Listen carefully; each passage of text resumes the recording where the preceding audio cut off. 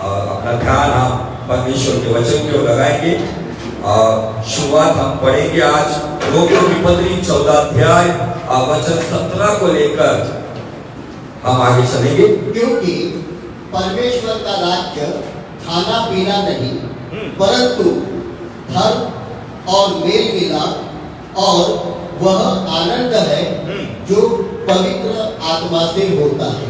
जो पवित्र आत्मा से होता है। परमेश्वर का राज्य खाना पीना नहीं है, लेकिन आज संसार ने क्या किया है?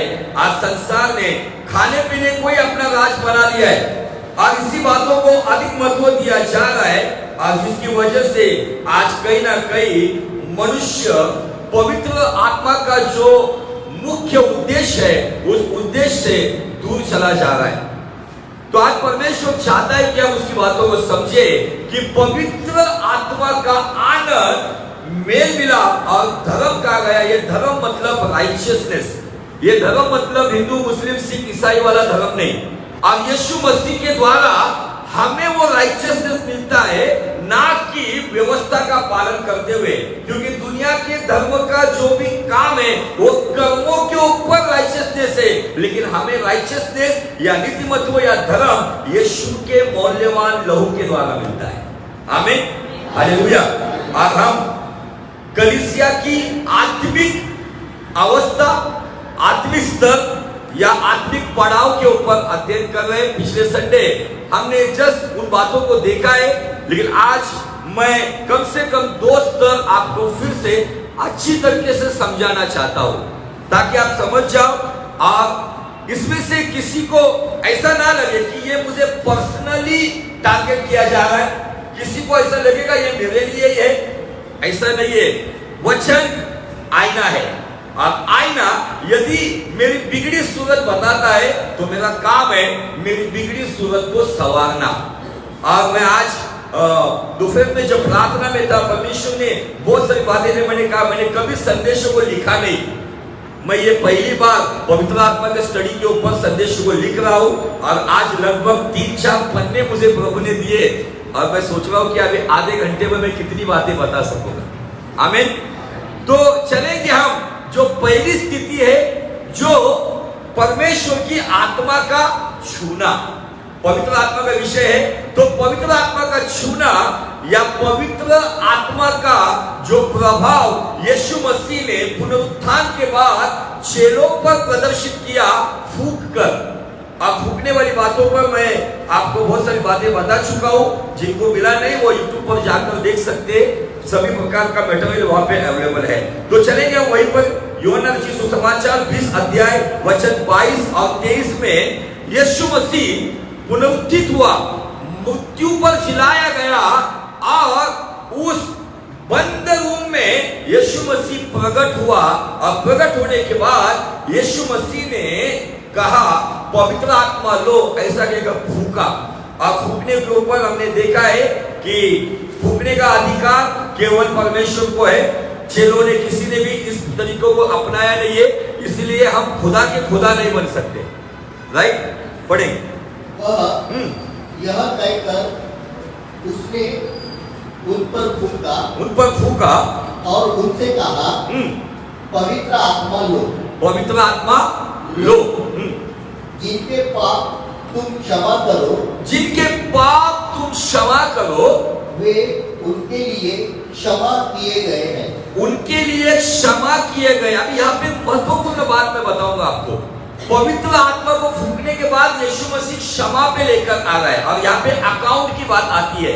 हाँ, जिनके तुम रखो, जिनके तुम पापों की क्षमा नहीं करोगे, उनके प्रति अगर दिल में कड़वाहट रखोगे, वे रखे गए, वो रखे गए। मतलब आपके हाथ में जो पवित्र आत्मा पाना चाहते हैं, और पवित्र आत्मा पाने के बाद उस व्यक्ति का लक्ष्य यही होना चाहिए, मेरे नुकसान करने वालों को, मेरे सताने वालों को दिल की गहराई से क्षमा करनी चाहिए।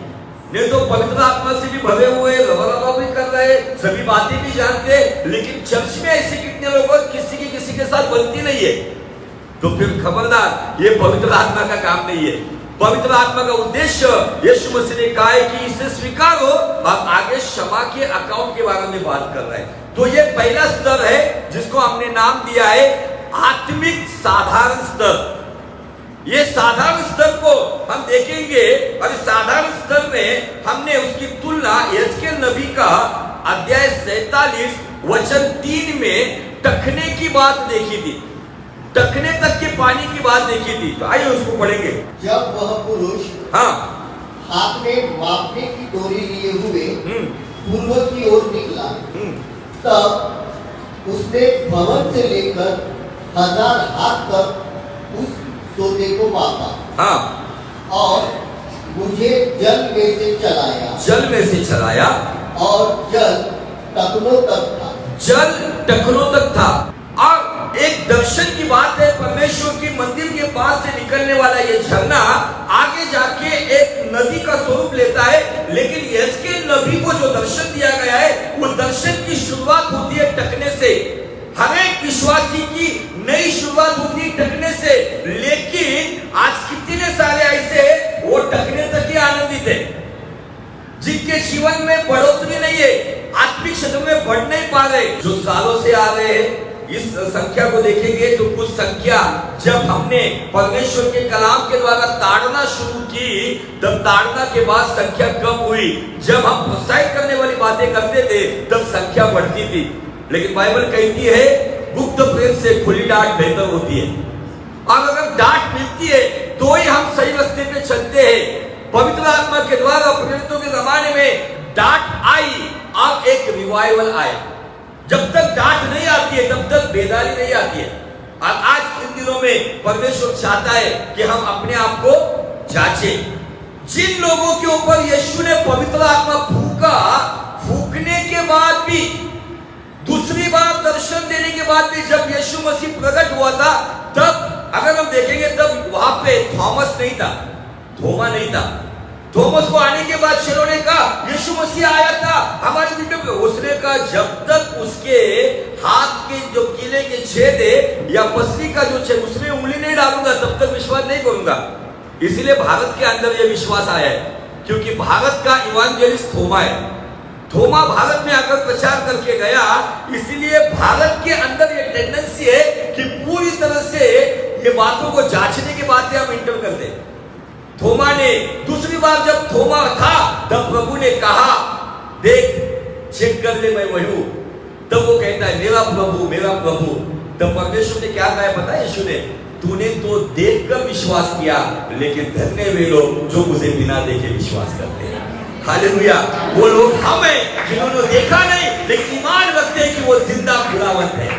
आमीन, हालेलुया, प्रेज़ द लॉर्ड। और ये सारी टीम यूहन्ना का 21 अध्याय वचन 1 से 3 को पढ़ेंगे हम। दो बार देखो, सुनो, मैं आपको फिर से बताना चाहता हूं। ये वो लोग हैं जो यीशु के साथ मिनिस्ट्री के डे 1 से है। 3.5 साल मिनिस्ट्री देखी है, बड़े बड़े मुजज़्ज़ात, बड़े बड़े सुपरनैचुरल चमत्कार देखे, यीशु का सूली पर का मृत्यु देखा है, यीशु का पुनरुत्थान होने के बाद 2 बार दर्शन मिला है। और दर्शन के बावजूद भी ये कहा गए हैं, पढ़ेंगे। इन बातों के बाद मतलब यीशु का 2 बार दर्शन होने के बाद यीशु ने अपने आप को तिबिरियास झील के किनारे चेलों पर प्रकट किया।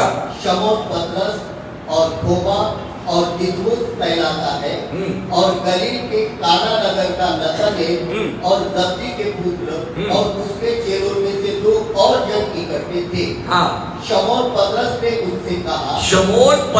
ने उनसे कहा मैं मछली पकड़ने जा रहा हूँ। कौन बोल रहा ये बात, जिसके बारे में उद्धारक यीशु मसीह ने भविष्यवाणी की कि ये कलीसिया का पहला पास्टर है। पतरस कहने वाली चट्टान पर मैं अपनी कलीसिया को खड़ा करूंगा, जिसके सामने अधोलोक का फाटक काम नहीं करेगा। और उसके ऊपर ये भविष्यवाणी की थी कि यहाँ से आगे ये मछली नहीं तो इंसान पकड़ने वाला होगा। लेकिन देखो यहाँ पर, जिसने यीशु का पुनरुत्थान के बाद दूसरी बार दर्शन पाने के बावजूद वो कहता है चलो हम मछली पकड़ ले जाते हैं। आगे उन्होंने उससे कहा, हाँ, हम भी तेरे साथ चलते हैं। उन्होंने कहा हम भी तेरे साथ चले, मतलब पतरस 1 और 6, मतलब 11 में से 7 लोग तो अपनी अलग सरकार बना लिए। 7 लोग पतरस के पीछे चले गए। वो पतरस जिसके बारे में यीशु ने बड़ी बड़ी बातें की। लेकिन हमारा प्रभु बहुत दयालु कृपालु, यहाँ पे बैठा हुआ अगर कोई व्यक्ति है जो कहीं पर आज अपने आप को बैकस्लाइड समझता है ना, तो चिंता मत करो, आपको फिर से खड़ा करने वाला, पतरस को फिर से खड़ा करने वाला यीशु मसीह जिंदा है। Hallelujah, praise the Lord. इसलिए अपने आप को क्रिटिसाइज मत करो, अपने आप को तुच्छ मत जानो। मैं एक जमाने में ऐसा था, ऐसी थी, मेरा ऐसा प्रार्थना जीवन था, मेरा ऐसा विश्वास का जीवन था, लेकिन फिलहाल मेरी गाड़ी कहीं ना कहीं गड़बड़ी में। चिंता मत करो, 2 बार दर्शन पाए हुए लोग भी बैकस्लाइड हुए। हमें जिनके बारे में यीशु मसीह को शायद दुष्ट आत्माओं का वार्तालाप होता रहेगा, क्या वे बहुत बड़ी बड़ी बातें इसके लिए किया था ना। ये व्यक्ति है ना जिसके नाम पर तू कलीसिया खड़ा करेगा। और देख, अकेला नहीं गया, आधी टीम को लेकर गया है। अब वही अनुभव जो लूका रचित सुसमाचार 5वें अध्याय में रात भर मेहनत करने के बाद भी उसको एक छोटी मछली भी नहीं मिली, वही अनुभव उसे वहां पर आया। तब यीशु मसीह समुद्र किनारे खड़ा होता कहता है, हे बालकों, तुम्हारे पास खाने के लिए कुछ है? उन्होंने फिर भी पहचाना नहीं। तब यूहन्ना कहता है, प्रभु है। ये सुनने के बाद बाइबल कहती है पतरस ने कमर कसी और अपना वस्त्र जो सर पे बांधा था उसे अपनी नग्नता को छुपाते हुए पानी में कूद गया और सबसे पहले यीशु के पास पहुंचा। पतरस के अंदर एक अच्छी बात यह थी कि उसके अंदर एक जुनून था, जील। लेकिन केवल जुनून काम का नहीं है, जुनून के साथ साथ डिसिप्लिन भी होना चाहिए, जील के साथ साथ डिसिप्लिन होना चाहिए, जुनून के साथ साथ अनुशासन होना चाहिए, तब जाके परिणाम अद्भुत आते हैं। आमीन, हालेलुया। आज बताने के लिए बहुत दुख भरी बात है कि बहुत सारे लोग टकने तक ही है। आज बताने के लिए बुरी बात यह भी, अभी सीजन चल रहा है, बहुत सारों का यीशु मसीह अभी भी चरनी का बालक ही है, इसीलिए चरनी बनाते हैं, बालक रखा जाता है और उनका बालक यीशु मसीह है, इसीलिए वो यीशु मसीह को बालक स्वरूप में देखते हैं। लेकिन पौलुस कहता है यीशु मसीह तुम्हारे भीतर डील डॉल में बढ़ता रहे। मैं यीशु मसीह को पाया हूं तो मेरे अंदर बच्चा यीशु है। यीशु मसीह किसको लेके आने वाला है? हाँ, दुल्हन को, बरोबर। हमारे भारत का नियम है, वर्ल्ड का नियम है, बाल विवाह होता है क्या? हाँ, बाल विवाह के लिए क्या है? सजा है। यीशु मसीह कौन सी दुल्हन को लेकर लेने के लिए आएगा? यीशु जिसके नाक से अभी भी पानी टपक रहा है, उस दुल्हन को लेने नहीं आ रहा है। इसीलिए जो अब तक क्रिसमस जो अभी भी उस चरनी में के बालक यीशु को देखकर बना रहे, जिनका क्रिसमस पुनरुत्थित यीशु के साथ नहीं है ना, वो अभी तक आत्मिक दशा में बालक है और वो टकने तक ही है। मेरे अंदर यीशु बालक स्वरूप में, क्या मेरे अंदर यीशु जवान हुआ है? मैंने यीशु को अंदर बढ़ाया है क्या? वचन देहधारी हुआ, वचन देहधारी हुआ, लेकिन मेरे अंदर, मेरी देह में वो वचन, वो यीशु अभी तक बच्चा है या अभी वो जवान हुआ है? यीशु मसीह उस दुल्हन को लेके आएगा, वो दुल्हन को उठा के लेके जाएगा जो उसको आकर्षित करेगी, जो उसको भाएगी, उसको ही लेकर जाएगा। आमीन, हालेलुया। इस बात को बताने के पीछे का कारण क्या था? आपको प्रोत्साहित करना था, आप अपने आप को जांचना था। बहुत सारे लोग दर्शन की बात करते हैं। हम लोग अभी जिस जमाने में चल रहे ना, अभी सब जगह पे आप कहीं पर भी जाओ, east west north south India, India के बाहर, आपको प्रॉफिटिक मिनिस्ट्री का एक बड़ा जमाव दिखेगा। अब ये प्रॉफिटिक बोल बोलकर कहीं ना कहीं लोगों को आकर्षित किया जा रहा है। अब इस सब बातों से कहीं ना कहीं भरमाने की बात हो रही है। अब कोई किसी को दर्शन मिल रहा है, कोई कहता है मेरे ख्वाब में एलिया आया था, कोई कहता है मेरे रूम में हनोक आया था, कोई कहता है स्वर्गदूत ने आके पानी पिलाया था। ये सारी बातें कलीसिया को गुमराह करने वाली भ्रमित बातें आसपास हो रही है। इसीलिए हमें समझना है, जिन्होंने खुद यीशु का दर्शन पाया तो वो अपने ईमान में बने नहीं रह सके तो हम किस खेत की मूली है। लेकिन हमारे लिए डरने की बात नहीं, पवित्र आत्मा है जो हमें यीशु की राह पे चलाता है। Hallelujah, praise the Lord. क्योंकि चेलों के साथ ये क्यों हुआ? क्योंकि चेलों ने केवल पवित्र आत्मा का स्पर्श, पवित्र आत्मा का छूना, उसका अनुभव लिया था, लेकिन दूसरा पड़ाव है भरना और तीसरा पड़ाव है परिपूर्ण होना। जब मैं सोच रहा था कि आज के साधारण आत्मिक स्तर के लोग जो है उनके अंदर क्या लक्षण है, अभी सब जगह पे न्यूज पर आ रहा है, कौन सा बीमारी आई? गोवर। मुंबई के अंदर, औरंगाबाद के अंदर बड़ी तादाद में बीमार लोग मिल रहे हैं और उसके लक्षण बताए जा रहे हैं। क्या कहते हैं इंग्लिश में? सिम्टम्स। सिम्टम बताए जा। वैसे एक साधारण आत्मिक विश्वासी जो टकने तक है उसके अंदर भी कुछ लक्षण है, वो बताना चाहता हूं। अगर वो लक्षण अगर हमारे अंदर है तो आपके पास दवाई है, आपके लिए इलाज है। पश्चाताप करो, यीशु का लहू आपको क्षमा करेगा, शुद्ध करेगा और टकने से आपको घुटने तक लेकर आएगा। आमीन। इसलिए ये मत समझो कि हमें पॉइंट आउट किया जा रहा है। एक आत्मिक स्तर में रहने, साधारण आत्मिक स्तर का व्यक्ति का लक्षण नंबर 1 क्या लगता है, क्या होगा लक्षण? वो पढ़ता है या कभी कभी पढ़ता है। अब एक जगह पे एक सिस्टर ने मुझे बोला, पास्टर जी मैं बाइबल पढ़ती हूं तो तुरंत नींद आती है। फिर मैंने उसको कहा, सास और बहू देखती है तब तुरंत नींद आती है क्या? बहुत सारे लोग जो अपने आप को मसीह कहलाते हैं, पुराने मसीह कहलाते हैं, अभिषेक से भरे मसीह कहलाते हैं, आत्मा से भरे मसीह कहलाते हैं, अन्य भाषा बोलने वाले मसीह कहलाते हैं, लेकिन उनका जीवन ये जीवन की रोटी बिना है। ये पहला लक्षण है। टीवी तो आके फाड़ फाड़ कर देखा जाता है, मोबाइल भी आके फाड़ फाड़ कर देखा जाता है, नेट पैक खत्म होने तक देखा जाता है, लेकिन बाइबल खोलूं तो नींद आती है बाबा। ये लक्षण। लक्षण नंबर 2, प्रार्थना मूड पर होती है, आराधना भी मूड पर होती है, कभी किया कभी नहीं किया। अगर ऐसे लक्षण है तो आपके लिए कहीं ना कहीं सावधान होने की बेल बज रही है, क्योंकि यीशु मसीह बच्चा दुल्हन को लेकर नहीं जाएगा, बालक दुल्हन को लेकर नहीं जाएगा।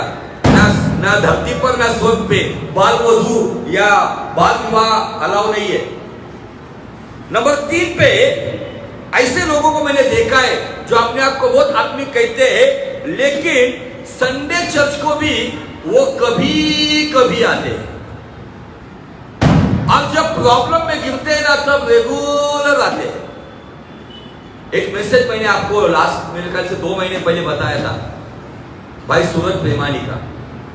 उसकी लाइफ मेरे दिमाग में इतनी चिपक गई ना, वो कहता है आप 6 दिन संसार की गर्लफ्रेंड, आप 1 दिन मसीह की दुल्हन नहीं बन सकते हो। 6 दिन संसार की गर्लफ्रेंड, आप 1 दिन मसीह की दुल्हन नहीं बन सकते हो। एक आत्मिक स्तर में ऊंचे लेवल पर जीने वाला व्यक्ति वो बिना बाइबल पढ़े बिना रह नहीं सकता, क्योंकि ये जीवन की रोटी है। इसे खाए बिना जैसे शरीर के लिए रोटी चाहिए, वैसे हमारे आत्मा के लिए भी ये रोटी है।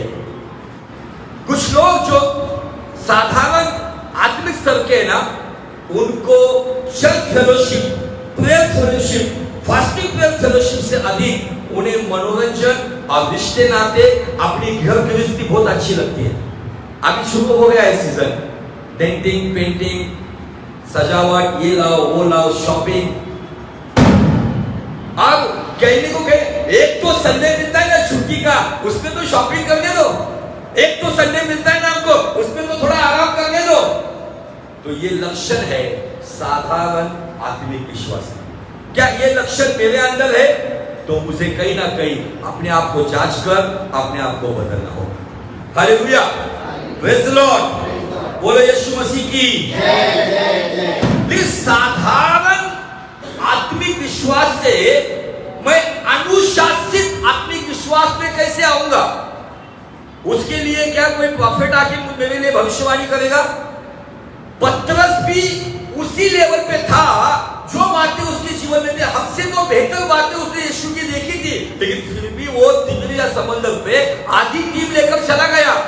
लेकिन जब उसने जाना यीशु मसीह है, तो अनुशासित डिसिप्लिन स्पिरिचुअल लाइफ में कैसे प्रवेश किया जाता है।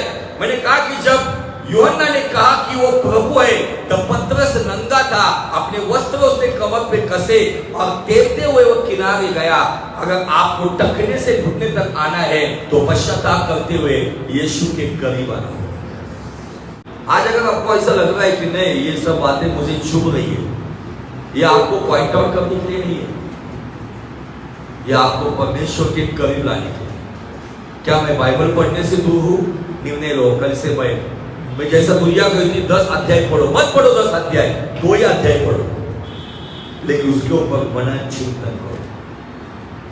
गीत नहीं आते पास्टर जी, लेकिन वो गीत तो हमें मुंह बोली है, ऐसे ऐसे गीत हमको आते, लेकिन प्रभु के गीत हम लोग ध्यान से, अगर आपने कभी देखा कि आप किसी पेपर को लेकर गीत गा रहे हैं, यहाँ पे जिस बात का जुनून होता है ना, वो बात हमारे अंदर आ जाती है। इसका मतलब ये नहीं कि किताब पढ़कर आप गा नहीं सकते, गा सकते हो। अनुशासित मसीह जीवन पर, मतलब घुटने से कमर तक आने के लिए आपको निर्णय लेना होगा। बस हो गया प्रभु, 2022 तक मैं बहुत दूर दूर रहा, बहुत दूर दूर रही, तुझसे दूर चला गया, तुझसे दूर चली गई, लेकिन अभी मैं करीब आना चाहता हूं, मैं तेरे करीब आना चाहता हूं। जब आप ये निर्णय लोगे कि प्रभु मैं तेरे करीब आऊं ना, तो मैं आपको बताना चाहता हूं, जब यीशु के वो करीब आया ना, तो पतरस को यीशु ने क्या सवाल किया? शमौन पतरस, क्या तू मुझसे प्रेम करता है? तो क्या कहता है? हाँ, मेरे भेड़े संभाल। फिर से यीशु कहता है, शमौन पतरस, क्या तू मुझसे प्रेम करता है क्या? हाँ प्रभु, मेरी भेड़े रखवाली कर। ये 3 सवाल उसको किए गए। उस तीसरे सवाल को बोलता है, प्रभु तुझे तो पता है ना मैं क्या हूं। प्रभु को पता है हम क्या है, लेकिन पतरस यीशु के करीब आया, और प्रेरितों की किताब उसका 1 अध्याय वचन 4 में अगर हम देखेंगे, यीशु मसीह ने आज्ञा दी कि यरूशलेम में बाट जो पिता की ओर से मिलने वाली मौल्यवान अनमोल भेंट, जिसे प्रभु पवित्र आत्मा कहा जाता है, उसका इंतजार करो। यदि आपको टकने से घुटने तक आना है, तो आज निर्णय लेकर यीशु के करीब आना है। यीशु के करीब आना है मतलब वचन के करीब आना है। फेलोशिप बनाइए, मत 2 घंटा प्रार्थना करो, शुरुआत 10 मिनट से तो करो। मत 10 अध्याय पढ़ो, लेकिन शुरुआत 2 अध्याय से तो करो। नहीं आपको बड़े बड़े गीत आते, एक गाना तो गाओ। कम से कम आधा घंटे का फेलोशिप तो बनाओ। आराधना, वचन पढ़ना, प्रार्थना करना, जब उसके अनुसार तुम करीब आओगे, यीशु आपको भी कहेगा, क्या तुम मुझसे प्रेम करता है, करती है? तब वो भी कहेगा, मेरा इंतजार कर। कहा कर? यरूशलेम में इंतजार कर। आपका यरूशलेम आपका घर है। जरूरी नहीं है पवित्र आत्मा का बैप्टिज्म आपको चर्च में या किसी special highly anointed man of God की मिनिस्ट्री में मिलेगा। और मैं चाहता हूं कि यहोवा निसी चर्च ऑफ क्राइस्ट में आने वाले हर एक व्यक्ति के जीवन में पवित्र आत्मा का बैप्टिज्म हो, क्योंकि पवित्र आत्मा का बैप्टिज्म असंभव बातों को संभव करता है। लोगों ने उसको थोड़ा सा अलग प्रेजेंट किया है, और लोगों को इस तरीके से बताया गया है कि बाबा ये तुझे नहीं मिलेगा। इसलिए मैं बताना चाहता हूँ, जो सोशल मीडिया से देखने वाले एमपी, यूपी, राजस्थान कहां से भी हो, आप किसी भी डिनोमिनेशन से क्यों ना हो, मेनलाइन चर्च के हो, इंडिपेंडेंट चर्च के हो, आप मेथोडिस्ट हो, सीएनआई हो, सीएसआई हो, बैप्टिस्ट हो, कोई भी हो, पवित्र आत्मा सबके लिए दिया गया है। किसे मिलेगा?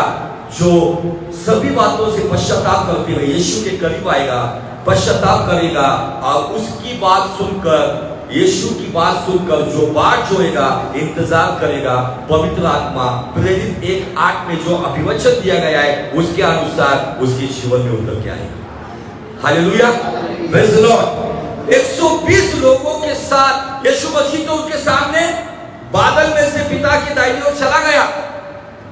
मैं उस थोड़ा सा उस टाइप को देखना चाहता हूं। थोड़ा मैं दोपहर को उस पर थोड़ा मनन कर रहा था। ना पवित्र आत्मा है, केवल पवित्र आत्मा का स्पर्श मिला है, ना यीशु मसीह है।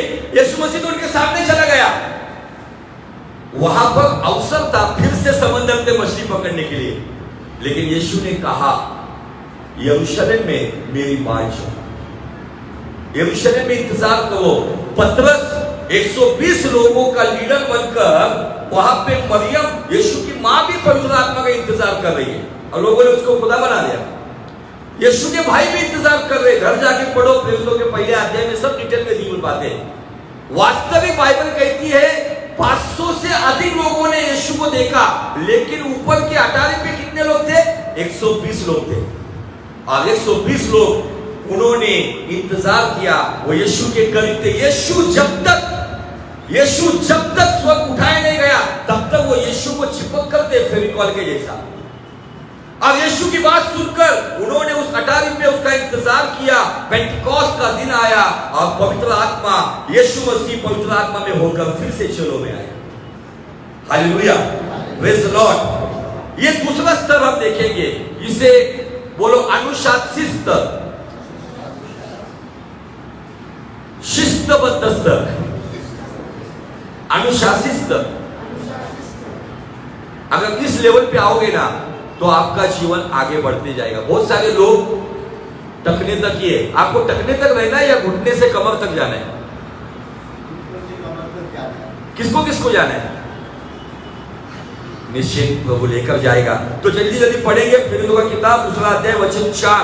यहाँ पे पवित्र आत्मा से भरने की बात है।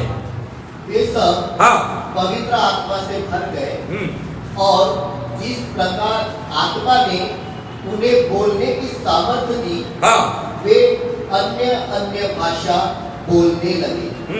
क्या कहा है वहां पे? अन्य अन्य भाषा बोलने लगे। पवित्र आत्मा से भर गए। ये क्यों भरे? उसके दो ही कारण मैंने बताया। वो यीशु के करीब आए गलती होने के बावजूद भी। यीशु क्षमाशील है और यीशु ने कही हुई आज्ञा का पालन करते हुए धीरज से उन्होंने बात छोड़ी। इसलिए पवित्र आत्मा अग्नि के जीव के समान उनके ऊपर प्रकट हो गया और वो होली स्पिरिट के साथ बैप्टाइज हो गए। आमीन। अभी जैसे हमने नए या साधारण विश्वासी के लक्षण देखे, अभी अनुशासित आत्मिक स्तर में रहने वाले लोगों के 7 स्तर देखेंगे। कितने स्तर? 7 स्तर या 7 प्रकार की अवस्था या 7 पड़ाव। अब उसके लिए हम पढ़ेंगे इसी प्रेरितों के किताब का दूसरा अध्याय वचन 41 से 47। अंततः जिन्होंने उसका वचन ग्रहण किया, उन्होंने बपतिस्मा लिया। उन्होंने क्या लिया? अभी वचन किसने सुनाया? वही भगोड़ा पतरस, वही डरपोक पतरस, वही प्रभु का 3 बार इनकार करने वाला पतरस, वही पतरस जो आदि टीम को लेकर फिर से मछली पकड़ने गया हुआ पतरस, वही पतरस पवित्र आत्मा के अभिषेक में जब आता है तो खुलेआम यीशु के बलिदान का पुनरुत्थान का प्रचार करता है। और प्रचार को सुनने के बाद 3000 लोगों के हृदय को मिर्ची लग गई और उन्होंने बपतिस्मा लिया। हाँ, और उसी 3000 मनुष्यों के लगभग उनमें मिल गए। और वे प्रेरितों से शिक्षा पाने और संगति रखने और रोटी तोड़ने और प्रार्थना करने में लवलीन रहे। अभी यहाँ पे 4 बातें। अनुशासित स्तर में नंबर 1 पे आता है वचन की शिक्षा, टीचिंग। नंबर 1 टीचिंग, वचन की शिक्षा। नंबर 2 पे आता है फेलोशिप, सहभागिता। नंबर 3 पे आता है रोटी तोड़ना, कम्युनियन। चौथी बात प्रार्थना करना नहीं लिखा है, प्रार्थना में लवलीन होना। क्या होना? लवलीन। क्या मैं प्रार्थना करता हूं या प्रार्थना में लवलीन हूं? मैं अभी जब मैं आराधना में कुछ लोगों को देखता हूं ना, आराधना में वो ऐसे खड़े रहते ना, उनकी मुंडी उधर चली जाती है। वो जो लोग आराधना में लवलीन होते हैं ना, वही लोग प्रार्थना में लवलीन होते हैं। हालेलुया, उसके लव में लीन हो जाते हैं। आमीन, हालेलुया, प्रेज द लॉर्ड। ये चौथी बात है, इसको हम लोग फिर से आगे के सेशन में लेंगे, लेकिन समझ लो आगे। और सब लोगों पर भय छा गया, परमेश्वर का भय, 5वीं बात। और हाँ, बहुत से अद्भुत काम और चिन्ह प्रेरितों के द्वारा प्रकट होते थे। हाँ, और सब विश्वास करने वाले इकट्ठे रहते थे और हाँ, उनकी सब वस्तुएं साझे में थी। हाँ, आगे वे अपनी अपनी संपत्ति और सामान बेच कर जैसी जिसकी आवश्यकता होती थी बांट दिया करते थे। वे प्रतिदिन एक मन होकर मंदिर में इकट्ठे होते थे। प्रतिदिन क्या, कैसे होकर? प्रतिदिन एक मन। कैसे होकर? एक मन। एक मन होकर, किधर? मतलब एकता के साथ चर्च आते थे। अभी यहाँ पे बैठने वाले लोग अपने आप को देखना चाहिए, मैं एक मन होके चर्च आता हूँ क्या? इससे मेरा नहीं जमता, उससे मेरा नहीं जमता, मैं इसको प्रेज़ द लॉर्ड कहूंगा, मैं उसको प्रेज़ द लॉर्ड कहूंगी। चर्च आते हो क्या एक मन से आते हो? ऐसी कुछ बात है मेरे भीतर किसी के बारे में, उसकी गलती है उसको क्षमा करो, खुद की गलती क्षमा मांगो, फिनिश, दीवार टूट जाती है। मेरे पास कंप्लीट नहीं आएगी किसी की, मुझे प्रेज़ द लॉर्ड नहीं किया, मुझे ऐसे ही बात किया। मैं वो कलीसिया चाहता हूं जो आत्मा से भरी हुई है, जो एक मन होकर यूनिटी में आती है। आमीन। आमीन। आगे, वे प्रतिदिन एक मन होकर मंदिर में इकट्ठे होते थे और घर घर रोटी तोड़ते हुए आनंद और मन की सीधाई से भोजन किया करते थे और परमेश्वर की स्तुति करते थे। सात, परमेश्वर की स्तुति करते थे। 7 बातें, कितनी बातें? 7 बातें। ये 7 क्यों? पता है हम लोग किसकी शिक्षा ले रहे? पवित्र आत्मा की शिक्षा ले रहे, है ना? पवित्र आत्मा के 7 प्रकार हम देख चुके हैं, है ना? यशायाह 11 अध्याय के वचन 1-2 में 7 प्रकार की मशाल हमें प्रकाशित वाक्य में दिखती है। यरीहो शहर के चारों ओर 7 प्रकार के चक्कर हमें दिखते हैं। उसी प्रकार से नामान की 7 डुबकियां हमें दिखती है। ये 7 बातें ना, ये कलीसिया की जान है। एक अनुशासित विश्वासी के जीवन का एक बेस है और उसकी शुरुआत होती है वचन की शिक्षा, सहभागिता, रोटी तोड़ना, प्रार्थना में लवलीन होना, परमेश्वर के भय में रहना, एक मन से एकता में मंदिर में आना, परमेश्वर की स्तुति करना। अगर ये बात मेरे अंदर है, कितने लोगों को पता है सैमसन नाम का एक न्यायी शास्त्रा जजेस में हम लिखते हैं, पता है सैमसन? पता है आपको? कितने लोगों को सैमसन पता है? सैमसन क्यों मारा गया पता है आपको? कैसे मारा सैमसन?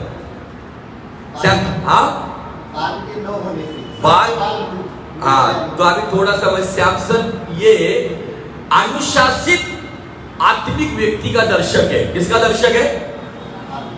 तो उसके लिए एक वचन पढ़ेंगे, न्यायी का 16-19। इसमें बहुत सुंदर बात है। ये जो सैमसन है, ये कलीसिया का दर्शक है, उस लोगों का दर्शक है जो अनुशासित मसीह, आत्मिक मसीह है। लेकिन तब उसने उसके अपने घुटनों पर सुला रखा। दलीला ने क्या किया? सैमसन को अपने गोद में सुलाया और एक मनुष्य बुलवाकर उसके सिर की 7 लटें मुंडवा डाली। कितने लटों को? 7। अभी लट क्या है आप बोलेंगे, पता नहीं, कुछ लोगों को नहीं भी आता तो ऐसा यहाँ से निकाल के छोड़ दे, चलता है, फैशन है, कोई प्रॉब्लम नहीं। लट क्या है आप बोलेंगे, पता नहीं, तो फिर मेरा संदेश देना होता है। 7 लटे, कितनी लटे? 7 लटों को दलीला ने किसी को बुला के कटवाया। ये वही सैमसन है जो शेर को मेमने के जैसे फाड़ने वाला सैमसन, ये वही सैमसन है जो शहर के दरवाजे को उठाकर फेंकने वाला सैमसन, ये वही सैमसन है जो लोमड़ियों की धूम, 300 लोमड़ियों की धूम एक दूसरे को बांधकर, मशाल बांधकर खेती जलाने वाला सैमसन, ये वही सैमसन है जो गधे के चमड़े के द्वारा 1000 लोगों को मारने वाला सैमसन। लेकिन जब 7 लटे कट गई ना, तो दलीला उसको सताने लगी, ऐसा बाइबल कहता है। कितनी बटे? यदि अनुशासित आत्मिक मसीह के अंदर से अगर एक लट भी कटती है, फिर वो वचन की हो, रोटी तोड़ने की हो, प्रार्थना में लवलीन होने की बात हो, या फेलोशिप की बात हो, यूनिटी की बात हो, परमेश्वर की भय की हो, या परमेश्वर की आराधना की हो, इसमें से एक भी कटती है ना, तो वो दुनिया की दलीला का मतलब दुनिया, संसार, हमें सताना शुरू करती है। लेकिन यदि हम इन 7 बातों में बने रहते ना, कोई हमको सता नहीं सकता। ये अनुशासित मसीह है। एक वचन और पढ़ेंगे जो मुझे प्रभु ने कहा, नीति वचन 9:1। किसने? बुद्धि ने अपना घर बनाया। अरे बुद्धि ने, इधर तो लोग घर बना रहे, नीति वचन कहता है बुद्धि ने अपना घर बनाया और उसके सातों खंभे, कितने खंबे? सातों खंभे। आज तक देखा क्या 7 खंभों का घर? यीशु मसीह को भी बाइबल बुद्धि कहती है। क्या कहती है? बुद्धि, ज्ञान कहता है। कवित्व की पत्री में पौलुस कहता है यूनानी ज्ञान मांगते हैं, यहूदी चमत्कार मांगते हैं, लेकिन हम तो सूली पे लटका हुआ मसीह का प्रचार करते हैं। Hallelujah, praise the Lord. बुद्धि ने घर बांधा है, यीशु मसीह। बाइबल कहती है मेरे ख्याल से इब्रानी 3:12 के पहले हम देखते हैं कि हम यीशु का घर है। किसका घर है? यीशु घर बांधता है। किस बात पर? 7 खंबे पर। अब वो 7 खंबे वचन, सहभागिता, प्रार्थना में लौलूर होना, प्रभु के भय में रहना। अगर ये 7 खंबे मेरे आत्मिक जीवन पर है ना, कोई माइका लाल मेरा आत्मिक जीवन हिला नहीं सकता। मैं घुटने से कमर तक आता हूं, मैं बढ़ते जाता हूं और आगे जाएंगे हम परिपूर्णता में अगले संडे। आपके लेवल पर आकर मैं मैसेज समझाया है। उसमें से एक भी खंबा अगर गिरा हुआ है ना, तो आपका आत्मिक जीवन खतरे में। जो टकने तक है ना, वो जिंदगी भर एक बार आएंगे, आज बहुत अच्छा लगा, बहुत भारी था, ये था, वो था, वो बच्चों के जैसा ही बर्ताव करेंगे। लेकिन एक अनुशासित आत्मिक व्यक्ति, उसके जीवन में ये महत्वपूर्ण बात है, ये 7 बातें, ये उसके जीवन का मुख्य फाउंडेशन है।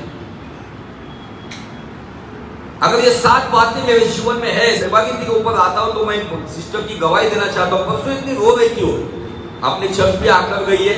मैं जब कर्नाटक हुबली में गया था, उस चर्च में उस सिस्टर के साथ मुलाकात हुई। अब उस सिस्टर का, उनका बिजनेस क्या है, वो कच्चा सोना लेकर उसको पक्का सोना बना के देते। पाटिल समय में मैं पूरा नाम नहीं बताऊंगा, लेकिन घर से इतना विरोध है उनको। वो जब जाती है तो उसका हस्बैंड एकदम गंदी गंदी बातों के द्वारा सारे उनके रिश्तेदारों में फोन करके बोलता है देखो इतने बजे आई, ये वो, करोड़पति है। लेकिन जब एक दिन वो कलीसिया नहीं जा पाती है ना, तो फूट फूट के रोती है, पास्टर की दुआ करो, मुझे अगले संडे जाना ही है। कभी कभी मैं भी उसके साथ क्योंकि उसके अंदर जो दिखता है ना, और उसको देखकर तब मुझे कुछ लोगों के ऊपर तरस आता है जिनके लिए अवेलेबल है, लेकिन आज भी वो घर गृहस्थी, डेंटिंग, पेंटिंग, रिपेयरिंग, चॉपिंग, इसमें पड़े हुए, शादियों में पड़े हुए, पिकनिक में पड़े हुए, छुट्टी है ना। लेकिन एक अनुशासित मसीह व्यक्ति का जीवन जो घुटने से कमर तक है ना, दुनिया जाती जाने दो, लेकिन उसको पता है मुझे खुदा के दरबार में अपना मुंह दिखाना। अपने आप को परखो, बाइबल कहती है अपने आप को परखो। मैं टकने तक का मसीह हूं, तो मुझे पतरस आज एक पैगाम लेकर आया है। वो कह रहा है कि मैं गलतियों के बाद यीशु के करीब आया। यीशु 40 दिन तक मुझे मिलता रहा। अब उसने जाते वक्त कहा था यरूशलेम में मेरी बाट जो, पिता की ओर से आने वाली उस प्रतिज्ञा की बाट जो। और मैंने केवल यीशु के करीब आकर इंतजार किया। मैं वही पतरस था जिसको लोगों ने भगोड़ा कहा। मैं वही पतरस था जिसने मेरे उद्धारकर्ता का 3 बार इनकार किया। मैं वही पतरस था 2 बार यीशु मसीह के पुनरुत्थान के बाद का दर्शन होने के बावजूद भी फिर से मछली पकड़ने गया। मैं वही पतरस था, लेकिन उस परमेश्वर ने बताया और मेरा जीवन बदल गया। धन्यवाद देते हैं आज के इस वचन के लिए। मैं शुक्रिया अदा करता हूँ कि उन्हें एहसास दिलाया कि टखनों से घुटने तक और घुटने से कमर तक आने के लिए हमें कोई बड़ा पहाड़ चढ़ने की जरूरत नहीं है, जटाओं को बढ़ाने की जरूरत नहीं है, ना शरीर को तकलीफ देने की जरूरत है। पतरस ने हमें संदेश दिया है, इन गलतियों के बावजूद वो यीशु के करीब आया, यीशु की बातों पर अमल किया, इसलिए 120 लोगों में खड़ा हुआ और पवित्र आत्मा से भर गया। और वही पतरस 3000 लोगों को स्वर्ग के राज्य में लाने का कार्य बना। 2023 आपका इंतजार कर रहा है। कौन आएगा टखनों से कमर तक? कौन आएगा मेरे पिता के काम को अंजाम देने के लिए? अगर आपने निर्णय लिया कि नहीं प्रभु, मैं वो साधारण आत्मिक विश्वासी जीवन नहीं जीऊंगा जो कभी कभी बाइबल पढ़ता है, जो कभी कभी चर्च आता है, जो कभी कभी प्रार्थना करता है, जो रिश्ते नाते और अपने मनोरंजन और अपने लाभ की बातों को परमेश्वर की संगति से अधिक महत्व देता है, मैं वो नहीं बनना चाहता हूँ। तो मैं वो अनुशासित आत्मिक मसीह बनना चाहता हूँ जो हालात कुछ भी हो, लेकिन तुझसे से भागीदार में बना रहेगा। प्रार्थना नहीं करेगा तो प्रार्थना में लवलीन रहेगा। प्रभु आपने आपके लोगों पे अनुग्रह किया है, मैं विश्वास करता हूँ। जिन्होंने आज के वचन को समझा है, मैं विश्वास करता हूँ उनका प्रमोशन हुआ है। वो टखनों से घुटने तक आए हैं, निश्चय आने वाले दिनों में घुटने से वो कमर तक आएंगे और आने वाले दिनों में वो परिपूर्णता की ओर बढ़ेंगे। धन्यवाद देता हूँ कि आपने हमसे बात की।